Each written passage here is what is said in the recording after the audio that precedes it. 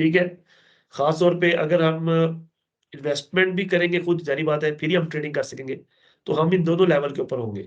लेकिन हमें कम से कम इन दोनों लेवल्स का पता हो। सम टाइम लाज़मी नहीं है कि आप इन्वेस्टमेंट भी कर रहे हो और ट्रेड भी खुद कर रहे हो। तो जिस तरह हम सर्विस प्रोवाइड करते हैं कि अगर कोई इन्वेस्टमेंट करना चाहता है लेकिन ट्रेड नहीं करना चाहता, तो हम उसको सर्विस प्रोवाइड करते हैं कि वो हमारे साथ इन्वेस्ट करे और हम उसको मंथली जो है एक परसेंटेज के साथ से हम उसको रिटर्न दे रहे होते हैं, जो भी प्रॉफिट्स आ रहे होते हैं। तो लेकिन डिपेंड करता है कि आप किस लेवल पे रहना चाहते हैं, सिर्फ इन्वेस्टिंग के लेवल पे रहना चाहते हैं या आप साथ ट्रेडिंग भी करना चाहते हैं। लेकिन इन दोनों के दरमियान एक डिफरेंस होता है, वो डिफरेंस आपको पता हो, ताकि आप जब आगे डिसीजन लें अपने हवाले से या किसी भी, ये सिर्फ फॉरेक्स के हवाले से नहीं है, ट्रेडिंग के हवाले, यानी फॉरेक्स ट्रेडिंग के हवाले से मैं बात नहीं कर रहा, ये जर्नल एक बिजनेस जो है ना, वो एक इंफॉर्मेशन के बारे से बात कर रहा हूँ। ये होता क्या है जी, इन्वेस्टिंग और ट्रेडिंग में फ़र्क क्या होता है? इन्वेस्टिंग में क्या है कि आपने ईज़ी टू लर्न मतलब क्या है कि आपने जस्ट ये इन्फॉर्मेशन लेनी है। आपको से ये पता लगाना है कि भाई कौन-सी मार्केट, कौन-सा पेयर, कौन-सी कंपनी जो है वो इस वक़्त ऊपर जा रही है, उसने कल को तरक्की कर जानी है। मिसाल के तौर पे सीमेंट इंडस्ट्री है, अब मुल्क में कंस्ट्रक्शन हो रही है, उसने ऊपर ही जाना है। तो आप क्या करते हैं, किसी भी सीमेंट इंडस्ट्री के अंदर इन्वेस्ट करते हैं, तो उसके शेयर खरीद लेते हैं। तो आसान होता है, मोस्टली पैसिव, मसलन आपको कुछ नहीं करना था, पैसे दे दिए, आपको वो एक डॉक्यूमेंट दे देंगे साइन करके और 1 साल, 2 साल आप पैसे अंदर पड़े रहने दें, वो पॉज़िटिव साइड पे ज़्यादा जाने के चांसेस है, बहुत ज़्यादा रिस्क बहुत थोड़ा होता है इसमें। फिर उसके अलावा वो आपको रेगुलर बेसिस के ऊपर प्रॉफिट पे कर रहे होते हैं, पेज़ डिविडेंड्स, कोई शक नहीं है। लेस रिस्की, बिल्कुल कोई शक नहीं है। अगर कंपनी अच्छी चल रही है और नज़र आ रहा है कि अच्छे यानी जिसे कहते हैं कि मज़बूत कंपनी है, कानूनी दायरे में काम करने वाली है, तो वो कहीं नहीं जा रही। ठीक है जी? Start with any amount of USD, आप किसी भी अमाउंट से स्टार्ट कर सकते हैं, डिपेंड करता है आपने कितने शेयर खरीदे हैं। ठीक हो गया? तो ये होती है इन्वेस्टिंग। ट्रेडिंग क्या होती है? ट्रेडिंग के अंदर आपको स्किल चाहिए होती है। जो मेरा पॉइंट था ना, जो मैं इन दोनों के दरमियान डिफरेंस समझाने लगा हूँ। अब आप अगर ट्रेडिंग करना चाह रहे हैं, चाहे फॉरेक्स ट्रेडिंग है या कोई भी ट्रेडिंग है, आलू, टमाटर, प्याज़ की ट्रेडिंग है, किसी भी चीज़ की ट्रेडिंग है, आपको उसके अंदर इन्फॉर्मेशन, नॉलेज, मंडी की, मार्केट की सूरत-ए-हाल हर टाइम बहरहाल माज़रत के साथ आपको इतना घपला पड़ता है।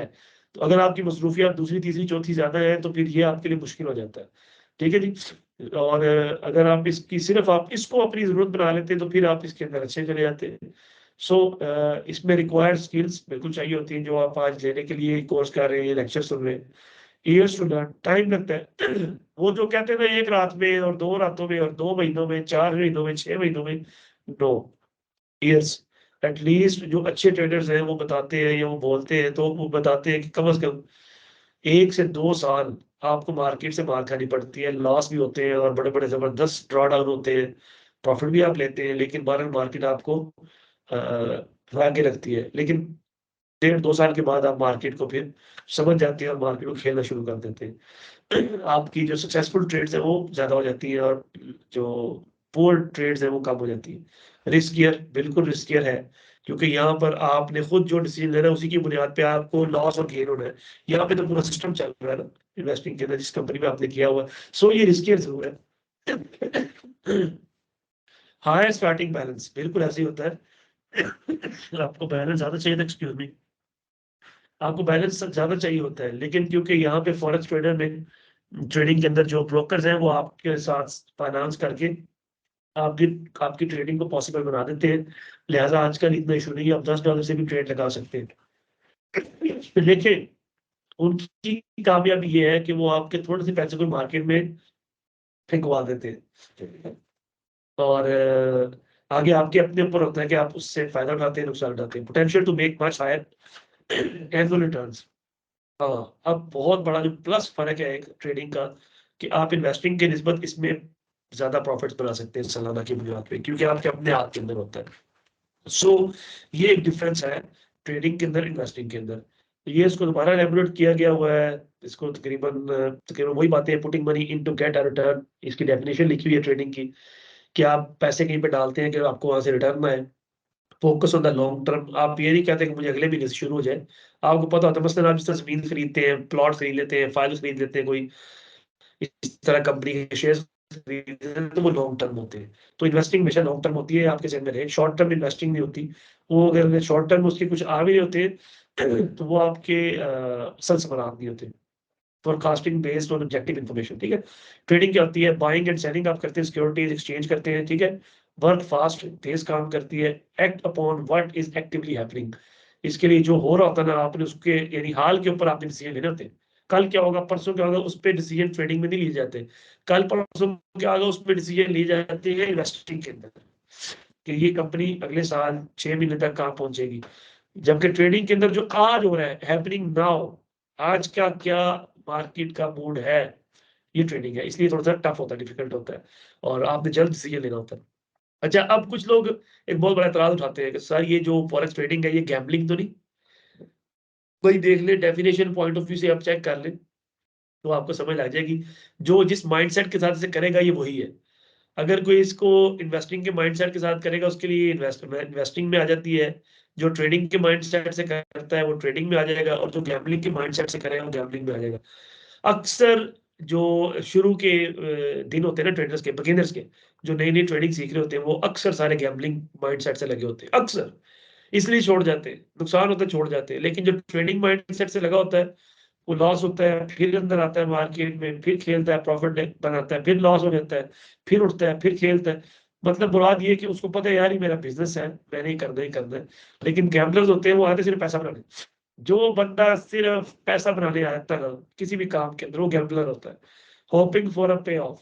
इसको लग रहा होता है कि बस मैंने अब फॉरेक्स शुरू कर दी है, अब मेरे पास लैम्बोर्गिनी आ जाएगी, मेरे पास जनाब 8-10 कनाल के कई-कई जो है ना वो मोहल्लात आ जाएँगे, और जनाब मेरे जनाब बाहर के चक्कर शुरू हो जाएँगे, मैं दुबई जा रहा हूँ, मैं यूके जा रहा हूँ। इसको ऐसे लगना शुरू हो जाता है, और रातों-रात वो अपनी लिस्ट बैठ के बना रहा होता है कि मैंने अब फॉरेक्स ट्रेडिंग से लेना क्या-क्या है। तो ये जो बंदा ये गैम्बलिंग माइंडसेट से काम कर रहा है, ये नहीं कुछ कर सकता। ओवरनाइट मनी चाह रहा होता है ये ज़हनी बीमारी है, नफ्सियाती बीमारी है, कि बगैर कुछ किए हासिल करना और थोड़े वक़्त में हासिल करना। तो ओवरनाइट मनी चाह रहा होता है, ये माइंडसेट जो है ये गैम्बलिंग माइंडसेट है। रिक्वायर्स लक, ये क्या होता है, ये ट्रेड लगा के बस कहता है कोई बात नहीं यार, अब देखी जाएगी, जिधर भी जाएगा। जो भी होगा देखा जाएगा। जो गैम्बलर होता है ना, ये उसका माइंडसेट है, जो भी होगा देखा जाएगा। स्टॉप लॉस लगाने की क्या ज़रूरत है यार, ऐसे ही मार्केट हिट कर देना, देखी जाएगी यार, पैसे हैं, $100 हैं, कोई मसला नहीं है, मार्केट नीचे आ ही जाएगी, देखा जाएगा। तो ये जो इस माइंडसेट के साथ लोग ट्रेडिंग कर रहे हैं ना, वो असल में ट्रेडिंग नहीं कर रहे, वो गैम्बलिंग कर रहे हैं। गैम्बलिंग किसी भी काम में हो सकती है। मिसाल के तौर पे एक बंदे को आलू, प्याज़ का रेट पता नहीं है, उसके पास पैसा बहुत है, वो कहता है यार बस मेरे लिए 2 ट्रक आलू खरीद लो, मैं मंडी में बेचूँगा और प्रॉफ़िट आ जाएगा। तो ऐसे नहीं होता। आपको आलू खरीदना, क्वालिटी खरीदना पड़ेगा, फिर आपको रेट मुनासिब में खरीदना पड़ेगा, क्योंकि हमेशा बिज़नेस के अंदर, जो ट्रेडिंग बिज़नेस है उसके अंदर आपकी जो असल बचत है ना, वो आपकी खरीद पे होती है, आपकी परचेज़ पे होती है। सस्ता अच्छा परचेज़ कर लें, और वो जब महँगा बिकेगा तो आपको प्रॉफ़िट दे देगा। सो गैम्बलिंग माइंडसेट और ट्रेडिंग माइंडसेट और इन्वेस्टिंग माइंडसेट आपको अभी ट्रेडिंग के स्टार्ट में, मेरा मैं हमेशा अपने जो स्टूडेंट्स हैं उनको ये क्लियर करता हूँ कि फॉर गॉड सेक, मैं आपको ट्रेडिंग माइंडसेट तो सिखा सकता हूँ, इन्वेस्टिंग भी समझा सकता हूँ। गैम्बलिंग आपने फिर भी करनी है, मैं आपको रोकूँगा। सीधी बात है, मैं रोक सकता हूँ। यानी आपको कह सकता हूँ कि यार ना करो, लेकिन अक्सर जो शुरुआत में ट्रेडर्स होते हैं इन द बिगिनिंग, वो गैम्बलिंग करते हैं। बड़ी देर तक, जब तक वो गैम्बलिंग माइंडसेट के साथ चल रहा होता है प्रॉफिटेबल, जब तक ट्रेडर गैम्बलिंग माइंडसेट के साथ चल रहा होता है प्रॉफिटेबल नहीं हो सकता। 10 साल बैठा रहे मार्केट के अंदर, it's not possible at all. वैसे 10 साल बैठ ही नहीं सकेगा, वो 10 दिन में छोड़ जाएगा मार्केट, क्योंकि उसके सारे ख्वाब चकनाचूर कर देगी मार्केट, कि भई ये तो लेने के देने पड़े हुए। सो